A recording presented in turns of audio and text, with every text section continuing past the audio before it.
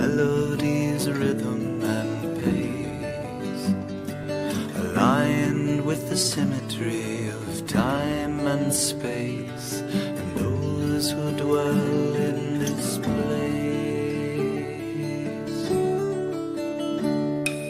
The sun filters in through the trees, mixing the splashes of light over leaves that lay patterns on the faces, smiling as I play along.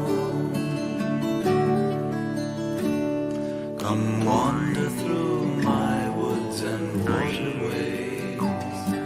The world lures us to her quiet resting place, and all the notes a mirror for her face. I troll on the tune that I know. The chance of a moment has grown in the winds of possibility, a fitting time for a melody to reflect the light of the day.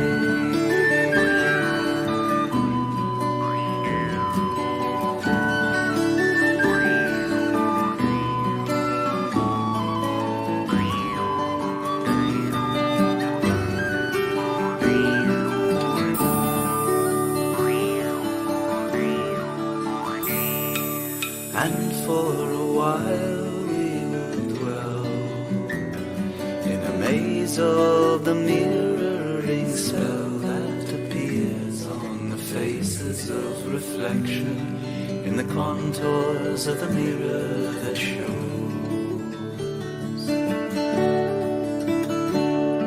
as clear as the day is long, and as long as the day is clear, I play the mirror song.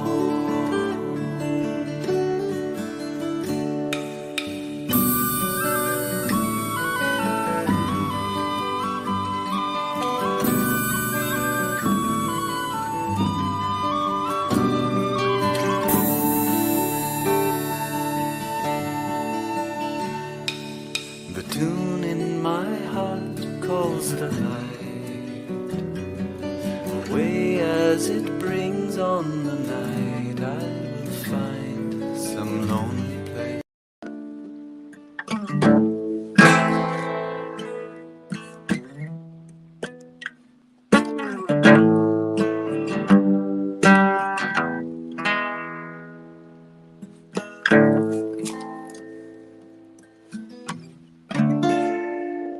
There's a high-flying bird way up in the sky,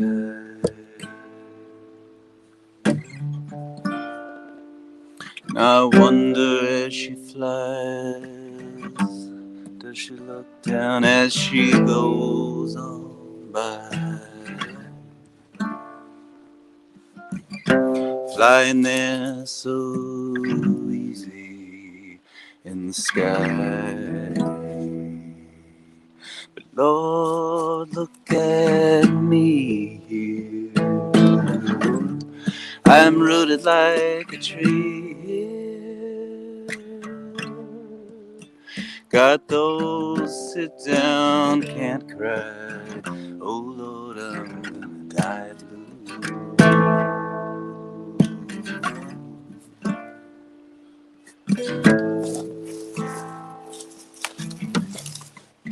Now the sun comes up and he lights up the day.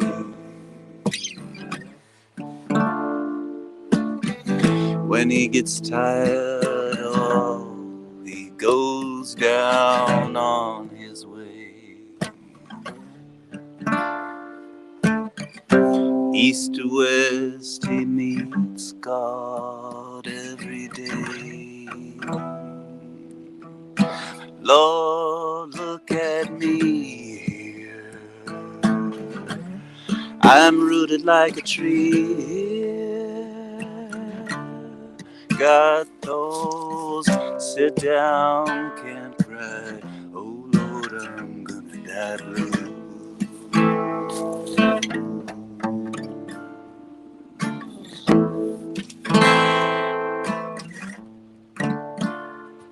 Oh, I once knew a man. Well, he lived in a mine.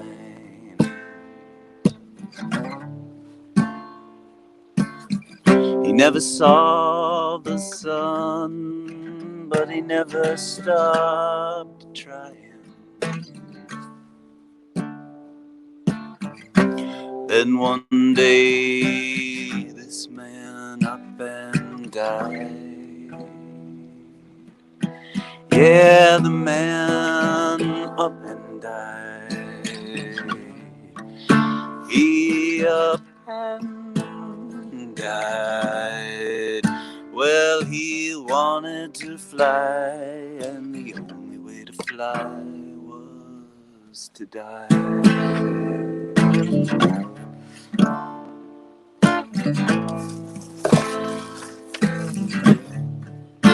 There's a high-flying bird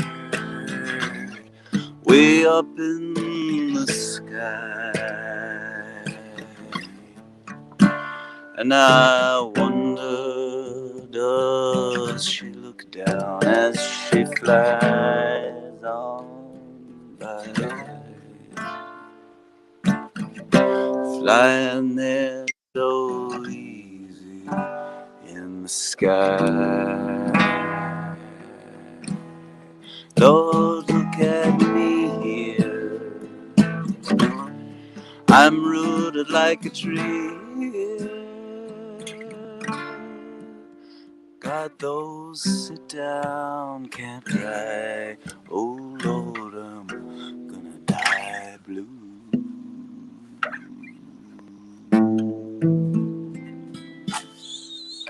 Happy Wednesday. Who's here? Lucia, Philip, Lamprecht, Linda, Corey Ma, hello, Bernard. Clear transmission. No more robots. We got rid of the robots. Manuela. Alf, hello, hello. I'm out by the stream here, in the sun. Glad about the sun. We've got some matcha and mushrooms. Yummy. Kind of leaning back in a bit of a leany chair. We can be a little lazy for the while. That's nice in the sunshine to be a little lazy. We'll try to not be too lazy. Get right on to channeling some Edgar, which I think we missed last week. This was a bit of young melancholy woman, shroud here dream between cellar spoke collapse. Know why power moon there would lightning live, thus strange dawn. Hello, Melinda. Hope you enjoyed that transmission from Edgar. Can you guys hear the stream going by over there? It's nice and flowy, strong. Got a patch of sun. Got a little bit of sands left by. We'll give ourselves some more time. I flipped it over. What is our word for the day from the Dictionary of the Strange, Curious, and Lovely? Provenance. Origin, source, place where found or produced. Provenance, especially used in the fine arts and archaeology. I'm going to go to the next one too. Proxemics. Here it is. Proxemics. Study of the need for and the effects of physical distance, personal space between people in different cultures and societies. Proxemics. Well, I'm giving myself some nice I've been on my own proxemical study, evidently. had some friends over here. The squirrels are over there. They keep their distance a bit. What should we have? What's everyone got going over in that world over there? You folks doing something interesting? We'll read from The Last Testament of Oscar Wilde in a minute, but let's take a look at some projects. Let's see what we've got going. Take a little walk, put our shoes back on, and look for something interesting.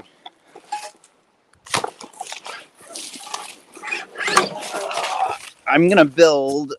I've got the beginnings of an icosahedron. Let's first take a look at. Let's take a look at an old fox. This fox turned up laying there last year, and you guys ready for some bones? Is that okay that I show people some bones? This was a fox from last year, and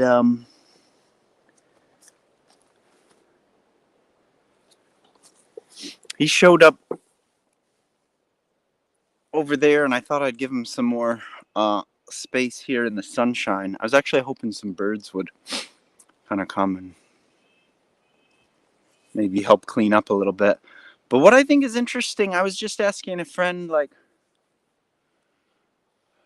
who maybe has more experience with these things.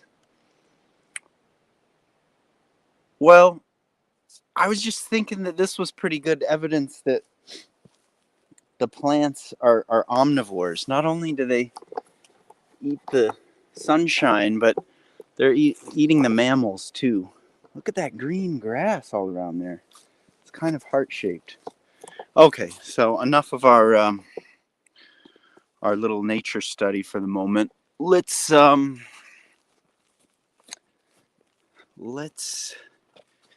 take a walk to my icosahedron study. Gardening. Okay, we can go see my garden. That's a good idea. We'll go see the garden. And first, this is kind of interesting because these things are. I painted these up last week. These are going to be in the icosahedron, which might be a kind of a greenhouse at first, but I hope later that's going to be. I don't know. I was thinking about a little letter writing chamber. Maybe could be nice. Could be some different things. So these are. They all look like this. This is some interesting paint a friend gave me. It's super thick, and it's I guess kind of used for boats and stuff. So once this stuff goes on here, it doesn't really matter how wet it gets. Nothing's going through. It's very rubbery. It's kind of interesting. I think it's normally pretty expensive, but they found it in the trash. All right, bring the tea. Okay, so did you remember, you folks, maybe I showed you the star plate system? You folks remember the star plate? How easy to build with star plates. That's what this is. Look, you can make display stand woodshed, square front storage building, greenhouse, gazebo. The greenhouse might be the first order of business, but it could also be a screen house. The screen house is what I'm thinking might be the second order of business. And let's take a look. All they are these little galvanized pressed plates, and I'm excited about this, but the only issue is that I need one of those drill chuck things. I've got one somewhere, but can't find it. I need to drill all the holes. And that is what I'm waiting for, to find that. I was looking all over yesterday. All right, so next on the agenda is the garlic plants. So we've got, looks like the cabbages have grown a little bit. Uh-oh, do I already need to start weeding? Let's put down, here's the rest of the planks. This is a different kind of free paint, but this is also outdoor paint. Nice color though. I was excited about. I didn't know what color it was going to be when I opened it up, and this sort of pale green gray is a good color. I can do some more and camouflage it a little bit. This is the thing I need the chucks for. I need the chuck. Somewhere there's a hiding chuck. This is the one little, for lack of the chuck, the drill bit was lost. For lack of the drill bit, the holes were lost. For lack of the holes, the bolts couldn't go in them. For lack of the bolts, the plates couldn't attach to the other ones and go to the next one. Anyways, need a drill chuck. Let's open up our little... We've got a little fence to keep the deers away from the peas. Look at the peas. These are peas. I'm probably going to have to... What do? I have to put up something for them to climb on sometime. And these are the cabbages. Let's already start weeding. It's not a place for you. What's this though? Maybe this is something.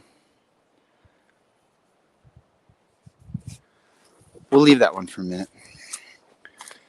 What do we got here? Here's some spearmint. It smells like spearmint.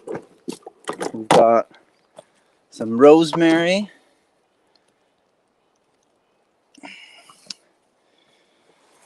And the garlic. Well,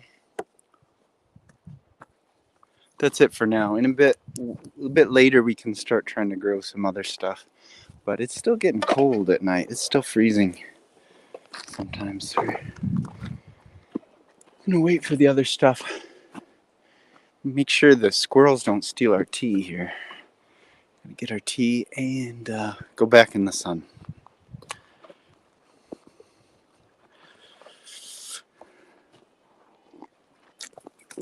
All right, we're going to read from the Last Testament of Oscar Wilde when we get into the sunshine. And the lounge chair in the sunshine, actually, it's perfectly. I was doing a study on lawn chairs a while back. This one was fairly cheap. The cool thing about lawn chairs is they put you in this perfect... They call them sometimes gravity chairs in some places, and that's supposedly because you get into this position and you lose a sense of gravity. If it's on the right position, you're kind of just sort of hinged in the balance, and your knees are kind of... I'm on a hill, so it's not working so good. We're gonna have to change it again. But the first time that I discovered the meditational uses of lounge chairs was when I was in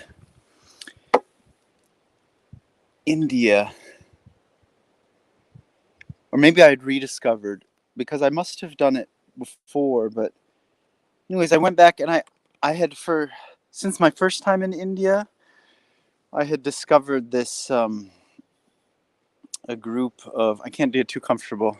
I'll start drifting off in the middle of the live stream, and then that wouldn't be very entertaining. So I'll try to keep on going. I'll try to keep remembering about this story.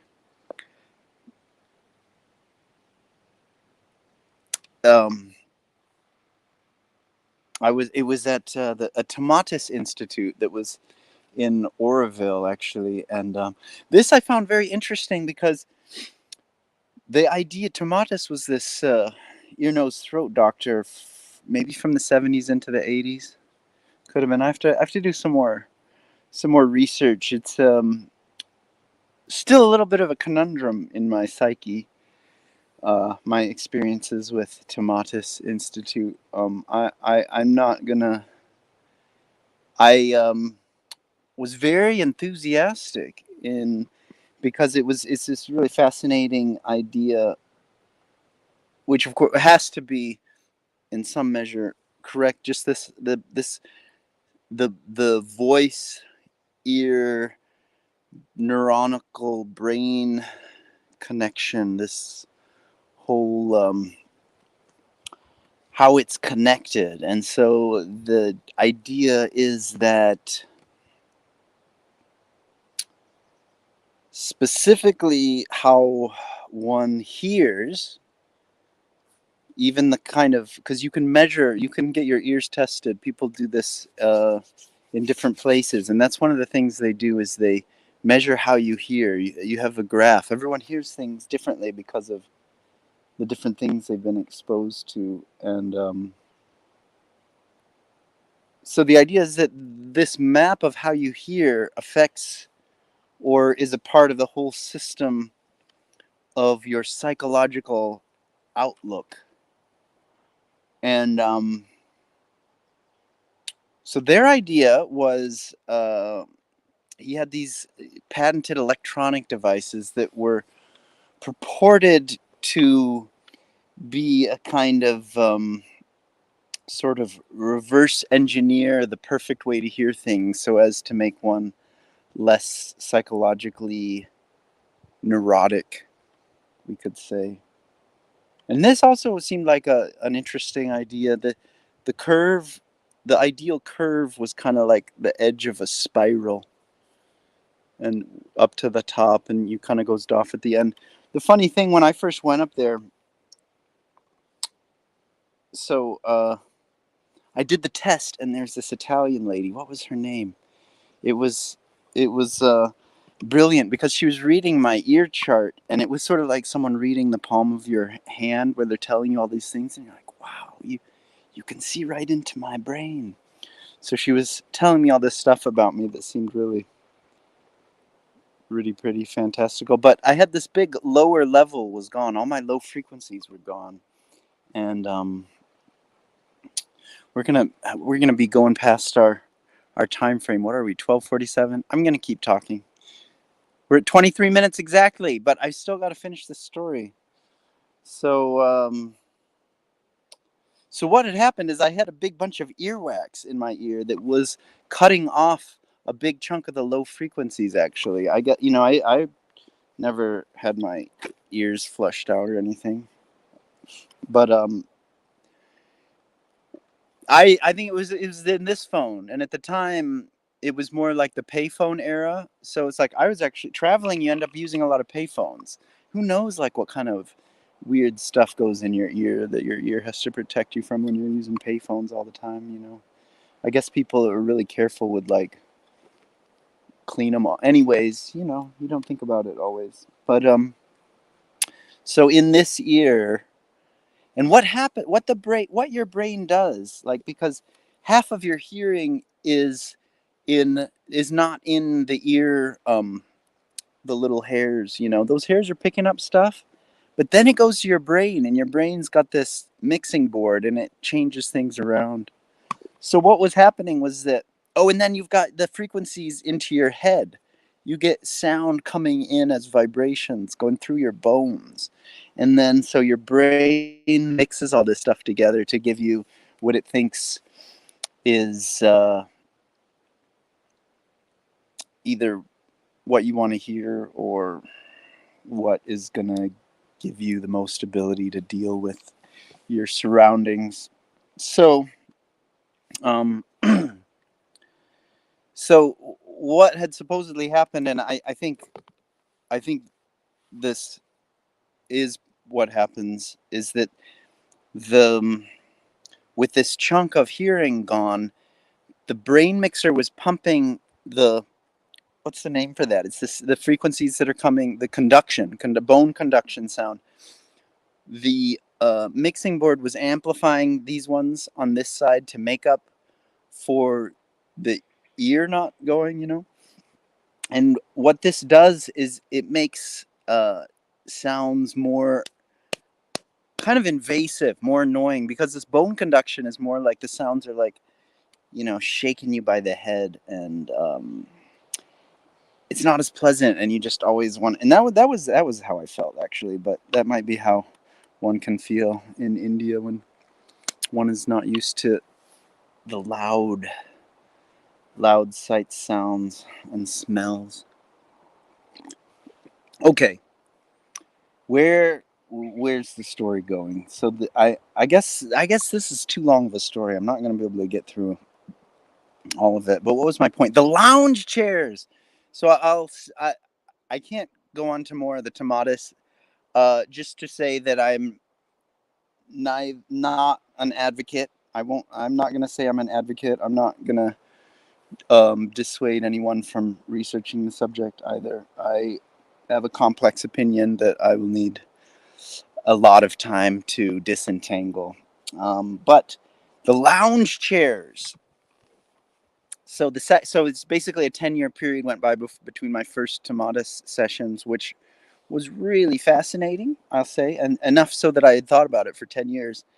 And it was in the language lab at Orville. And so I always thought, like, if I go back, I'm going to do, because I only did a 10-day course. I was like, I'm going to do, I'm going to do a full course, a full month of this. So I went back and I found them, and I did it, and we'd hang out in these lounge chairs listening to these electronic ear headphones, and that are supposed to be training the ear to hear different frequencies that it's not in the habit of hearing. And so, man, had some intense experience. I was on these lounge chairs, and you know, I, I can't say if the electronic ear had much to do with it, but towards the end of 2 hours, in the lounge chair, I was like bursting out of my body. It was like these. Well, it's hard to explain these things. I'll just say that when I got back to Leipzig,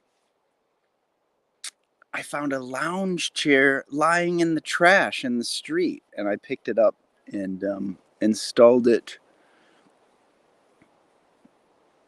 in my apartment, so that after my sauna, I could sit in the lounge chair.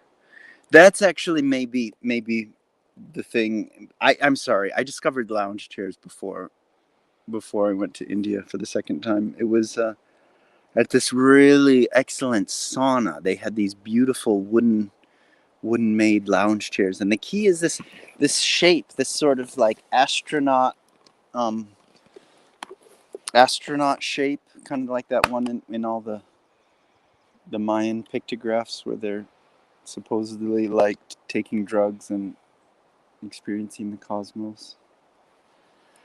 Well, anyways, I think what happens is that you can forget about your body. You forget about your body and what are you to look at. My ears red. You can get your ears red. The ear doctor isn't going to give you a psychological evaluation, though. Maybe I'll get into it just a little bit, just so that I can maybe express my skepticism with the that I had after the second time I went to the Tomatis and did the longer session. So this kind of should we say psychic reading aspect of the ear reading is a bit just like that. It's very involved with the person doing the evaluation, and it's less scientific, shall we say, than I had imagined it was for those 10 years. I had such a real particular experience of feeling like my mind was read the first time, and when I went and did it the second time, and she also let me look at my graph, and say like, oh, see, this here means this and this, and anyways, it's actually a much simpler graph that they do than the ear person will do. But you can get it is interesting regardless. You can I think you can, if you've got the right stuff, you can do this kind of thing yourself, because all it is or with a friend. I wonder, there should be something that would be interesting, like a DIY one, because you need good headphones presumably, and then all it does is that, like, this tone, a sine wave at all these different frequencies goes, and it's so quiet you can't hear it. And then at some point, when you can hear it, you give a signal, and then someone notates, like, okay, they heard it when it was at this volume. So you could do, anyone could do this just with some good headphones, I think. And then you could see, like, if you've got different frequencies that are missing. Be interesting. Um, as far as psychologically evaluating that, it's going to be another issue. I don't know. I was interested. I did hear that this Tomatis electronic ear had gone in the public domain so that it was less hidden behind veils of secrecy. So I think some people have possibly back engineered that to sort of know what was going on. Because as a kind of sound guy, I was really interested, because, like, you'd hear us, and as it seemed to me, it seemed like they were basically like playing with the harmonics. It was like the sound, they'd have you listen to whatever, it was like classical music, and or it would change into, there was some Renaissance stuff. I remembered a lot of it. I was interested. I was like, what is this? Some of it I recognized, and some of it I didn't. I was interested, but even this was top secret. They wouldn't tell you what the music was that they were playing. But anyways, the the electronic ear was modulating. It was like it was put through this was my, like, having heard it, just thinking what it might be doing. It was kind of like, I still don't know what the effect is, but it was kind of like the sound was being put through various changing equalizations. So it was like, it would be like putting these frequencies would be kind of like up for a second, and then these other ones would go up, and it would kind of modulate this way. And how they present the idea is that it's exercising the eardrum.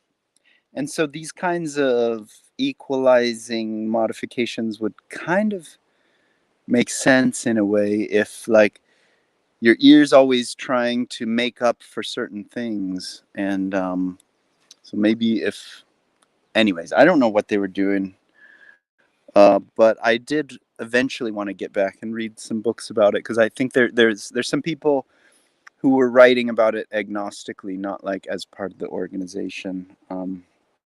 So that may have been a little bit, non agenda evaluation. Always a good thing. Okay, I think I've been babbling a while. Did anyone have a I? Yay, San Juan Isle. Hello, Sue. Yes, the hammock. We'll go out. Hey, Sid, we'll go out to the hammock next time. It is a bit like a float tank, which I've never tried. Has anyone got to do a float tank? I always wanted to. I had friends that were going to build them. And, the closest thing I think I got to a float tank was some of these hot springs you go to. The water is so mineralized that you basically float. And